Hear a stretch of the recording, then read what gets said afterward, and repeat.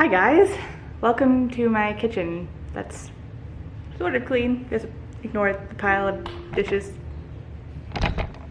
Anyway guys, I thought I would make a Nourishing Traditions for Dummies video. So that's what this is. So I've been doing Nourishing Traditions diet on and off probably for 5 years. I took a break, I did some keto, I did some GAPS diet for a year, but I've been doing this now for a couple months again. I'm going to talk about Nourishing Traditions and some tips for when you first start. Tip number 1, buy the kid cookbook. So this is a cookbook geared towards children, and treat yourself like a baby when you are first starting the Nourishing Traditions diet, because it is a life-altering, mind-blowing, just psyche-changing way of eating, way of life that just can feel sometimes like an attack. It can, sorry, there's golf carts driving by because they're looking for a lost cow right now from the farm over there, and let me see if I can get it on camera. Are they gonna turn around? Here they come.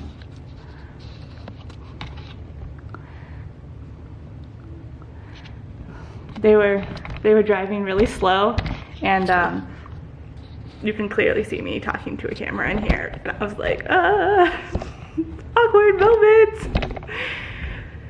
Where was I? Okay.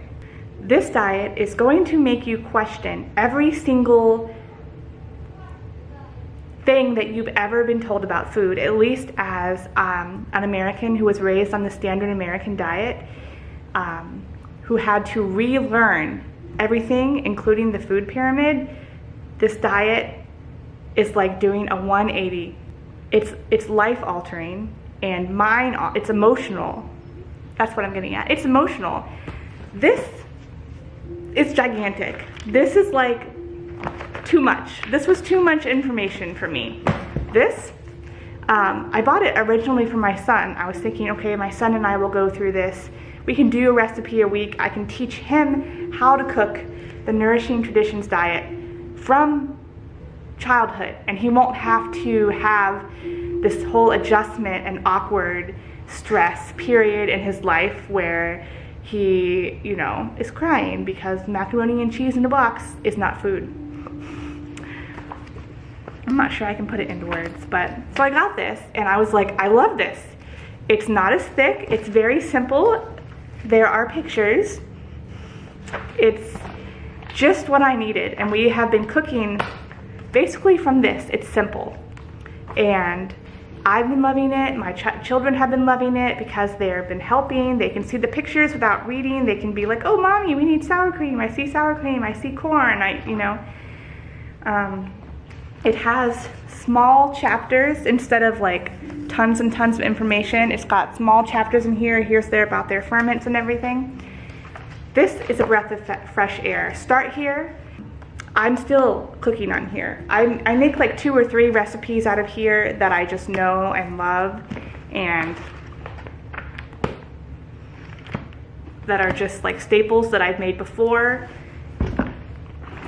For example, I'll talk more. I'll make another video about like my favorite recipes and what you should start with. But this video is getting too long already. So the first thing you should do is you should get the kids cookbook if you're going to be starting Nourishing Traditions, and just start here. If it turns out that you're much more an intelligent person who is much more woke than I was, you can always pick up the big cookbook. If something, you know, it's not going to hurt you to have this one. Pass it along to a friend if you're introducing them to Nourishing Traditions. So my second point is you don't have to make sourdough. You don't. I'm just gonna say it. It seems like everybody and their mother in the Nourishing Traditions diet makes sourdough and has it growing lovely on their counter, and you know, I can't do it. I can't do it all. I'm sorry. I'm not Martha Stewart. She doesn't even cook Nourishing Traditions, but you know, she's a famous cook. I can't do everything, and so sourdough was something I had to set on the back burner. Instead, I use yogurt. I soak my flour, whether I've milled it myself or I bought it from the store. I will soak it in yogurt or kefir. You know, I will soak it in whey, and I will use that as my base for things. But you don't have to make sourdough to eat on the Nourishing Traditions diet and to enjoy it. We don't do sourdough now. Do I want to one day? Yes, I would like to add in sourdough again. I would like to do that, but I also can't do everything, and that's okay. Third thing is, you can't do everything. And I'm just gonna say, the people who ate these ways, the tribal people who they studied who ate this way, they were living in a community. They had one person that maybe did something and they would trade, like someone would trade sourdough for something else. Not one person was doing it all, and this is something that I've really been learning the past few years. You can't do it all. It's okay to buy your ferments from the health food store in a little jar. Yes, it's very expensive. It's cheaper to make it at home, but you can't do everything, and if you try, you will get burnt out and tired and exhausted. So I buy my raw milk, and I do make some things out of it, but I also buy yogurt and kefir from them.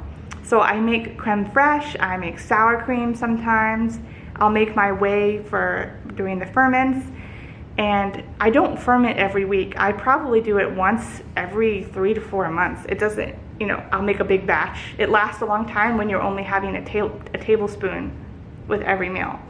But you can't do everything, and don't go into it trying to do everything.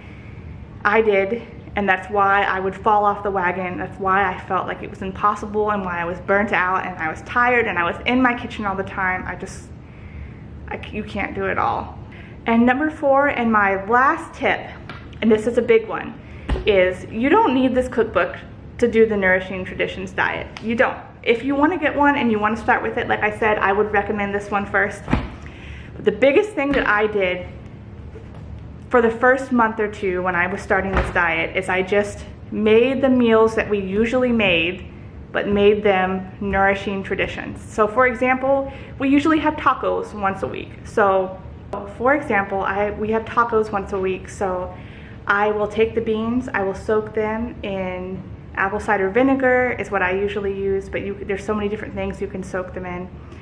I'll soak the beans for 24 to 48 hours. I will soak the rice. We also make Spanish rice for 24 to 48 hours. I will make sure my ingredients are fresh, and we'll have taco salad or tacos in the Ezekiel bread wraps. So I'm still making a meal that I normally make for our family, but I've just made it the Weston A. Price Nourishing Traditions way, where I have soaked my grains. And for example, I love hummus, but I don't buy it anymore. I will soak my chickpeas and make my own hummus with fresh olive oil and tahini, and it's absolutely delicious. So if you can think, just what does your family eat, and how can I make this as Nourishing Traditions acceptable as I can? You don't have to start going out and eating liver and hearts and kidneys and raw fish right off the bat. You can just make simple changes. Another example is I like to have a smoothie every morning. So instead of buying coconut milk, which had a lot of seed oils in it, and making my smoothie out of that, we now get raw milk. I make a raw milk smoothie for my breakfast most mornings. Though the 3 top ones that I like the best, I have a chocolate banana one, I like an orange Julius, and then I make a cinnamon vanilla one that is quite delicious. And I usually, well actually not usually, I rotate between those, and when I get tired of it, I make a yogurt smoothie with berries. So those are my top 4 tips for starting the Nourishing Traditions diet. Let me know if you guys have any tips for me, because this is a hard diet and it has revolutionized my life. And it is a whole 180 shift from the way the quick meals and easy things that I was cooking before. And this can be easy and quick too. It's just approaching it from a very different standpoint. So yeah, bye.